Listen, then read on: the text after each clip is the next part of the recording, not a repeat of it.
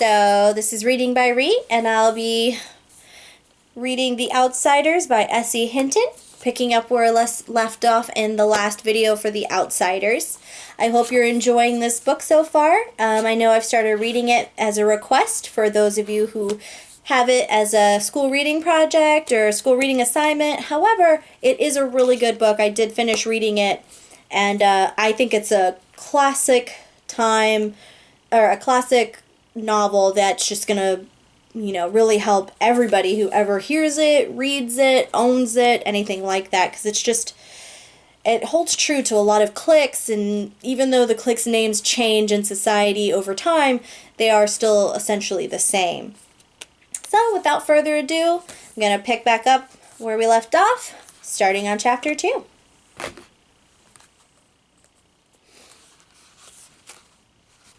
Dolly was waiting for Johnny and me under the streetlight at the corner of Pickett and Sutton. And since we got there early, we had time to go over to the drugstore in the shopping center and goof around. We bought Cokes and blew the straws at the waitress. I walked around eyeing things that were lying out in the open until the manager got wise to us and suggested we leave. He was too late, though. Dolly walked out with 2 packages of Cools under his jacket. Then we went across the street and down Sutton a little way to the Dingo. There are lots of dive-ins in town. The Socs go to the Way Out and to Rusty's, and the Greasers go to the Dingo and to Jay's. The Dingo is a pretty rough hangout. There's always a fight going on there, and once a girl got shot. We walked around talking to all the Greasers and hoods we knew, leaning in car windows or hopping into the back seats and getting in on who was running away and who was in jail and who was going with who and who could whip who and who stole what and when and why. We knew about everybody there. There was a pretty good fight while we were there between a big 23-year-old greaser with a Mexican hitchhiker. We left when the switchblades came out, because the cops will be coming soon and nobody in his right mind wants to be around when the fuzz show. We crossed Sutton and cut around behind Spencer's Special, the discount house, and chased 2 junior high kids across a field for a few minutes. By then it was dark enough to sneak in over the back fence of the nightly double drive-in movie. It was the biggest in town, and showed 2 movies every night, and on weekends 4. You could say you were going to the nightly double and have time to go all over town. We all had the money to get in. It only costs $0.25 if you're not in a car, but Dolly hated to do things the legal way. He liked to show that he didn't care whether there was a law or not. He went around trying to break laws. We went to the rows of seats in front of the concession stand to sit down. Nobody else was there except 2 girls who were sitting down front. Dolly eyed them coolly, then walked down the aisle and sat right behind them. I had a sick feeling that Dolly was up to his usual tricks, and I was right. He started talking, loud enough for the 2 girls to hear. He started out bad and got worse. Dallas could talk awful dirty if he wanted to, and I guess he wanted to then. I felt my ears get hot. 2-Bit or Steve, or even Soda, would have gone right along with him, just to see if they could embarrass the girls. But that kind of kicks just doesn't appeal to me. I sat there, struck dumb, and Johnny left hastily to get a Coke. I wouldn't have felt so embarrassed if they had been greasy girls. I might even have helped old Dallas. But those 2 girls weren't our kind. They were tough-looking, T-U-F-F, girls, dressed sharp and really good-looking. They looked about 16 or 17. One had short dark hair, and the other had long red hair. The redhead was getting mad, or scared. She sat up straight, and she was chewing hard on her gum. The other one pretended not to hear Dolly. Dolly was getting impatient. He put his feet up on the back of the redhead's chair, winked at me, and beat his own record for saying something dirty. She turned around and gave him a cool stare. "Take your feet off my chair and shut your trap." Boy, she was good-looking. I'd seen her before. She was a cheerleader at our school. I'd always thought she was stuck up. Dolly merely looked at her and kept his feet where they were. Who's gonna make me? The other one turned around and watched us. "That's the greaser that jockeys for the /J sometimes," she said, as if we couldn't hear her. I had heard the same tone a million times. Greaser, greaser, greaser. Oh yeah, I had heard that tone before too many times. What are they doing at a drive-in without a car? I thought, and Dallas said, "I know you 2. I seen you around rodeos." "It's a shame you can't ride bull half as good as you can talk it," the redhead said coolly and turned back around. That didn't bother Dolly in the least. "You 2 barrel race, huh? You'd better leave us alone," the redhead said in a biting voice, "or I'll call the cops." "Oh, my. Dally looked bored. "You got me scared to death. You ought to see my record sometime, baby." He grinned slyly. "Guess what I've been in for?" "Please leave us alone," she said. "Why don't you be nice and leave us alone?" Dally grinned ruggishly. "I'm never nice. Want a Coke?" She was mad by then. "I wouldn't drink it if I was starving in the desert. Get lost, Hood." Dally merely shrugged and strolled off. The girl looked at me. I was half scared of her. I'm half scared of all nice girls, especially Soch's. "Are you going to start in on us?" I shook my head wide-eyed. "No." Suddenly she smiled. Gosh, she was pretty. "You don't look the type. What's your name?" I wish she hadn't asked me that. I hate to tell people my name for the first time. "Ponyboy Curtis." Then I waited for the "you're kidding," or "that's your real name," or one of the other remarks I usually get. Ponyboy's my real name, and personally, I like it. The redhead just smiled. "That's original and lovely name." "My dad was an original person," I said. "I've got a brother named Soda Pop, and it says so on his birth certificate. My name's Sherry, but I'm called Cherry because of my hair. Cherry Valance." "I know," I said. "You're a cheerleader. We go to the same school." "You don't look old enough to be going to high school," the dark-haired girl said. "I'm not. I got put up a year in grade school." Cherry was looking at me. "What's a nice, smart kid like you running around with trash like that for?" I felt myself stiffen. "I'm a grease, same as Dally. He's my buddy." "I'm sorry, Ponyboy," she said softly. Then she said briskly, "Your brother's Soda Pop. Does he work at a gasoline station? A DX, I think." "Yeah." "Man, your brother's one doll. I might have guessed you were brothers. You look alike." I grinned with pride. I don't think I look one bit like Soda, but it's not every day I hear Soch's telling me they think my brother's a doll. "Didn't he used to ride in rodeos, saddle bronc?" "Yeah. Dad made him quit after he tore a ligament, though. We still hang around rodeos a lot. I've seen you two barrel race. You're good." "Thanks," Cherry said, and the other girl, who was named Marcia, said, "How come you don't see your brother at school? He's not any older than 16 or 17, is he?" I winced inside. Winced? I hate that word. Winced or winced. I can never remember what it's supposed to be. So it's winced? Winced. Winced. Okay. So my fiance is like sitting in the room over here, so he like motioned for me like number 2. So I know it's winced. Anyway, continuing on. I winced inside. "I've told you I can't stand it that Soda dropped out." "He's a dropout," I said roughly. "Dropout. Made me think of some poor dumb-looking hoodlum wandering the streets breaking out street lights. It didn't fit my happy-go-lucky brother at all. It fitted Dally perfectly, but you could hardly say it about Soda." Johnny came back then and sat down beside me. He looked around for Dally, then managed a shy "hi" to the girls and tried to watch the movie. He was nervous, though. Johnny was always nervous around strangers. Cherry looked at him, sizing him up as she had me. Then she smiled softly, and I knew she had sized him up right. Dally came striding back with an armful of Cokes. He handed one to each of the girls and sat down beside Cherry. "This might cool you off." She gave him an incredulous look, and then she threw her Coke in his face. "That might cool you off, greaser. After you wash your mouth and learn to talk and act decent, I might cool off, too." Dally wiped the Coke off his face with his sleeve and smiled dangerously. If I'd been Cherry, I would have beat it out of there. I knew that smile. "Fiery, huh? Well, that's the way I like 'em." He started to put his arm around her, but Johnny reached over and stopped him. "Leave her alone, Dally." "Huh?" Dally was taken off guard. He stared at Johnny in disbelief. Johnny couldn't say boo to a goose. Johnny gulped and got a little pale, but he said, "You heard me. Leave her alone."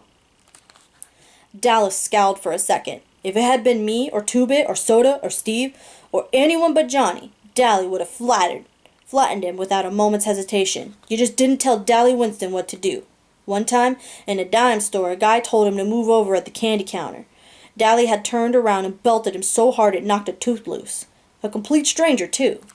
But Johnny was the gang's pet, and Dally just couldn't hit him. He was Dally's pet, too. Dally got up and stalked off, his fists jammed in his pockets, and a frown on his face. He didn't come back. Cherry sighed in relief. "Thanks. He had me scared to death." Johnny managed an admiring grin. Sure didn't show it. Nobody talks to Dally like that. She smiled. From what I saw, you do. Johnny's ears got red. I was still staring at him. It had taken more than nerve for him to say what he'd said to Dally. Johnny worshipped the ground Dallas walked on, and I had never heard Johnny talk back to anyone, much less his hero. Marcia grinned at us. She was a little smaller than Cherry. She was cute, but that Cherry Valance was a real looker. Y'all sit up here with us. You can protect us.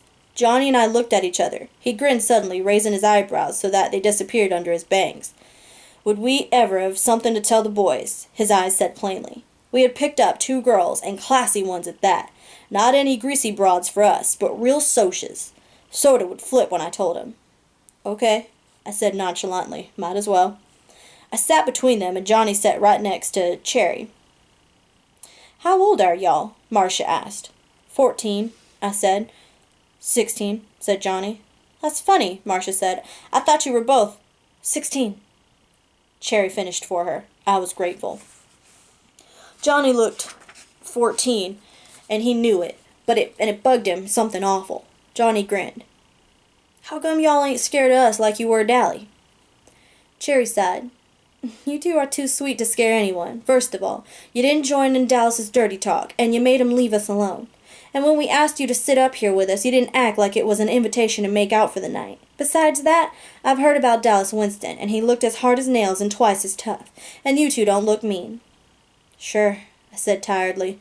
We're young and innocent. No, Cherry said slowly, looking at me carefully. Not innocent. You've seen too much to be innocent. Just not dirty. Dallas is okay, Johnny said defensively, and I nodded. You take up for your buddies no matter what they do.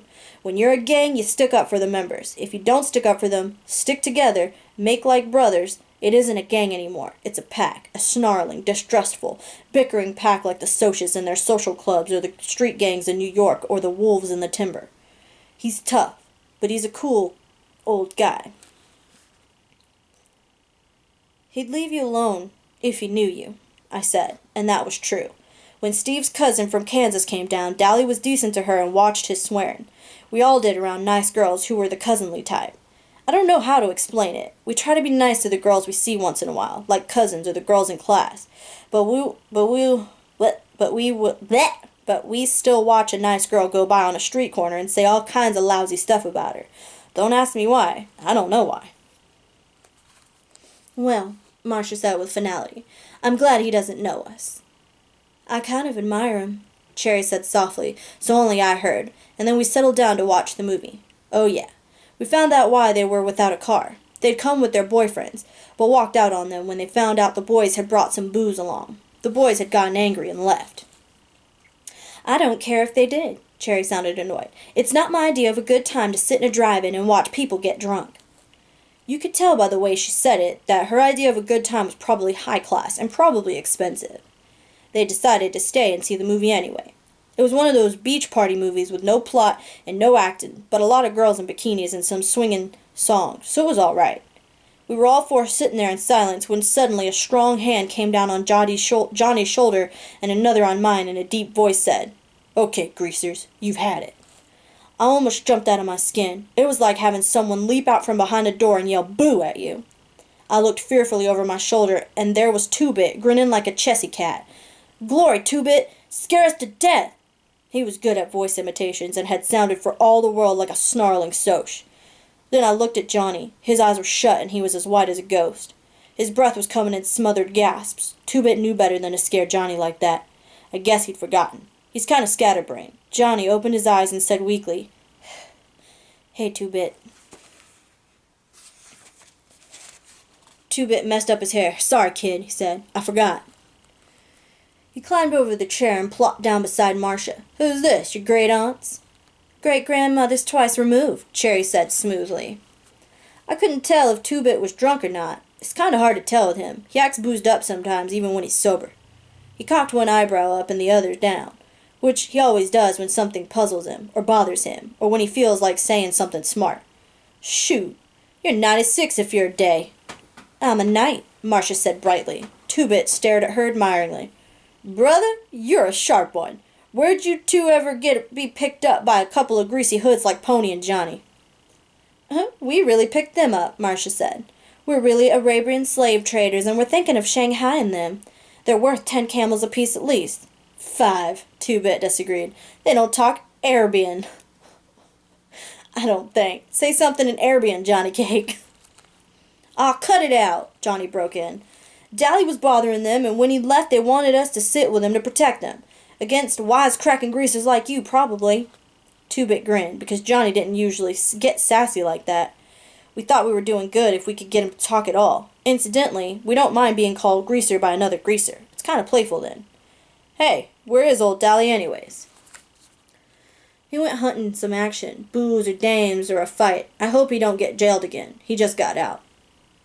He'll probably find a fight, Two-Bit said cheerfully. That's why I came over. Mr. Timothy Shepard and co. are looking for whoever so kindly slashed their car's tires, and since Mr. Cooley Shepard spotted Dallas doing it, well, does Dally have a blade? Not that I know of, I said. I think he's got a piece of pipe, but he busted his blade this morning. Good. Tim will fight fair if Dally don't pull a blade on him. Dally shouldn't have any trouble. Cherry and Marcia were staring at us. You don't believe in playing rough or anything, do you? A fair fight isn't rough, Two-Bit said. Blades are rough. So are chains and heaters and pull sticks and rumbles. Skin fighting isn't rough. It blows off steam better than anything. That's nothing wrong with throwing a few punches. Socias are rough. They gang up on one or two, or they rumble each other with their social clubs. Us greasers usually stick together, but when we do fight among ourselves, it's a fair fight between two, and Dally deserves whatever he gets, 'cause slashed tires ain't no joke when you gotta go work to pay for them. He got spotted too, and that was his fault. Our one rule besides stick together is don't get caught. He might get beat up, he might not. Either way, there's not going to be any blood feud between our outfit and Shepard's. If we needed them tomorrow, they'd show. If Tim beats Dally's head in and then tomorrow asks us for help in a rumble, we'll show. Dally was getting kicks. He got caught. He pays up. No sweat. Yeah, boy, Cherry said sarcastically. Real simple. Sure, Marcia said, unconcerned. If he gets killed or something, you just bury him. No sweat. You dig okay, baby? Two-Bit grinned and lit a cigarette. Anyone want a weed? I looked at Two-Bit admiringly. He sure put things into good words. Maybe he was still a junior at 18 and a half, and maybe his sideburns were too long. And maybe he did get boozed up too much, but he sure understood things. Cherry and Marcia shook their heads at his offering of cigarettes, but Johnny and I reached for one. Johnny's color was back and his breathing was regular, but his hand was shaken ever so slightly. A cigarette would steady it. Ponyboy, will you come with me to get a popcorn? Cherry asked. I jumped up. Sure, y'all want some? I do, said Marcia. She was finishing the Coke Dally had given her. I realized then that Marcia and Cherry weren't alike. Cherry had said she wouldn't drink Dally's Coke if she was starving, and she meant it. It was the principle of the thing, but Marcia saw no reason to throw away a perfectly good, free Coke. Me too, said Two-Bit. He flipped me a 50-cent piece. Get Johnny some too, I'm buying, he added as Johnny started to reach into his jeans pocket. We went to the concession stand, and as usual, there was a line a mile long, so we had to wait. Quite a few kids turned to look at us. You didn't see a Kid Grease and a Sochi cheerleader together often. Cherry didn't seem to notice. Your friend, the one with the sideburns, he's okay? He ain't dangerous like Dallas, if that's what you mean. He's okay. She smiled, and her eyes showed that her mind was on something else. Johnny. He's been hurt bad sometime, hasn't he? It was more of a statement than a question, hurt and scared. It was the Soches, I said nervously, because there were plenty of Soches milling around, and some of them were giving me funny looks, as if I shouldn't be with Cherry or something. And I don't like to talk about it either. Johnny getting beat up, I mean. But I started in, talking a little faster than I usually do, because I don't like to think about it either. It was almost 4 months ago. I had walked down to DX station to get a bottle of pop and to see Steve and Soda, because they'll always buy me a couple of bottles and let me help work on the cars. I don't like to go on weekends, because then there's usually a bunch of girls down there flirting with Soda. All kinds of girls. Socias, too. I don't care too much for girls yet. Soda says I'll grow out of it. He did. It was a warmish spring day, and the sun shining bright, but it was getting chilly and dark by the time we started for home. We were walking because we had left Steve's car at the station. At the corner of our block there's a wide, open field where we play football and hang out, and it's often a site for rumbles and fistfights. We were passing it, kicking rocks down the street and finishing our last bottle of Pepsi when Steve noticed something lying on the ground. He picked it up. It was Johnny's blue jeans jacket, the only jacket he had. "Looks like Johnny forgot his jacket," Steve said, slinging it over his shoulder to take it by Johnny's house. Suddenly he stopped and examined it more carefully. There was a stain, the color of rust, across the collar. He looked at the ground. There was some more stains on the grass. He looked up and across the field with a stricken expression on his face. I think we all heard the low moan and saw the dark, motionless hump on the other side of the lot at the same time. Soda reached him first. Johnny was lying face down on the ground. Soda turned him over gently, and I nearly got sick. Someone had beaten him badly.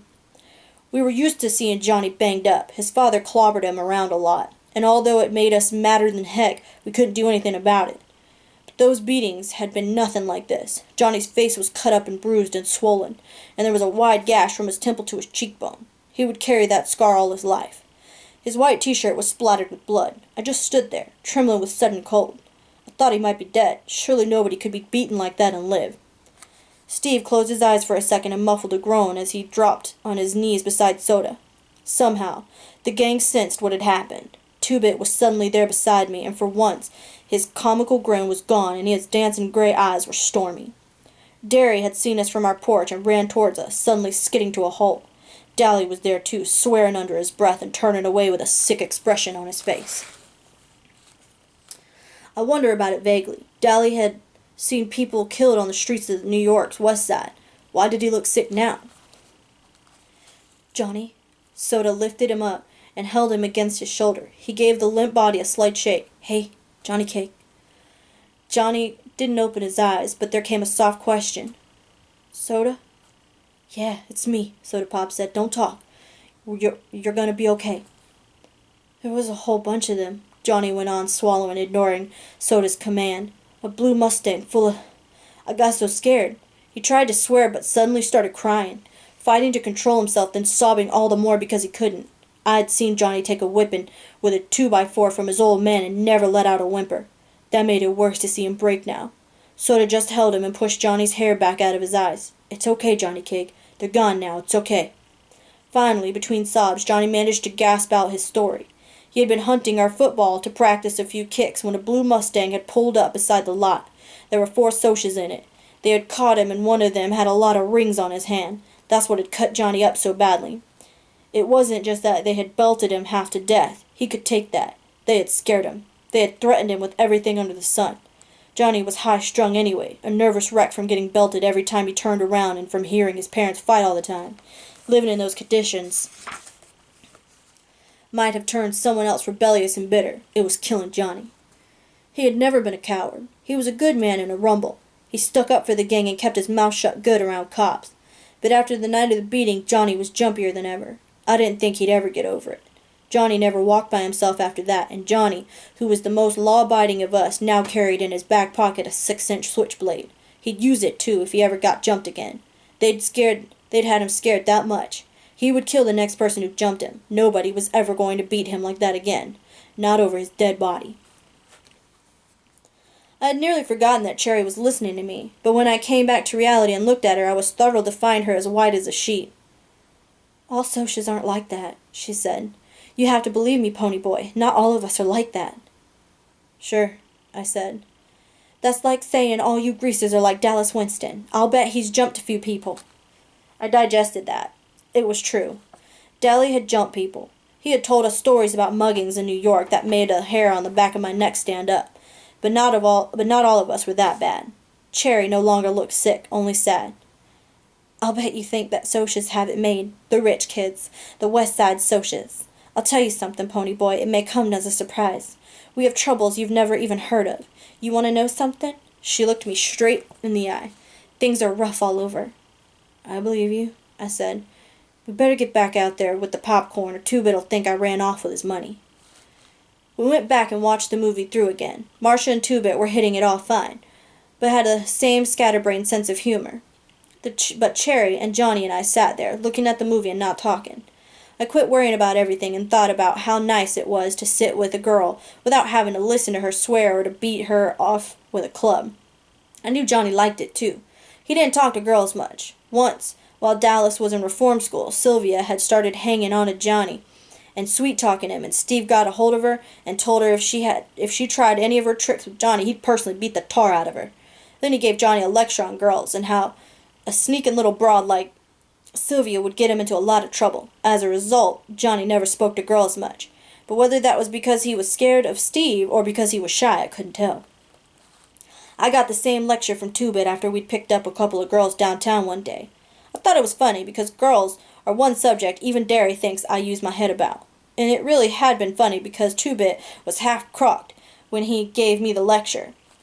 And he told me some stories that about made me want to crawl under the floor or something. But he had been talking about girls like Sylvia and the girls he and Dally had the rest picked up at the dive-ins in downtown. He never said anything about Sochi girls. So I figured it was all right to be sitting there with them, even if they did have their own troubles. I really couldn't see what Sochas would have to sweat about. Good grades, good cars, good girls, Madras and Mustangs and Corvairs. Man, I thought, if I had worries like that, I'd consider myself lucky. I know better now. Alright, so that was the end of chapter 2. I never realize how long these chapters are until I read them.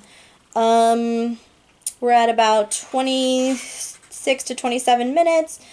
Yeah, I'm going to call it, I'm going to stop it right there because chapter 3 is a pretty long one too. So I hope you guys are liking the book so far. It starts off a little slow, kind of learning the characters and whatnot, but then there'll be some nice action and some really good life lessons, and I really hope that you like it. Let me know in the comments below. So that's it for now. Until next time, Reading by Ree. Bye!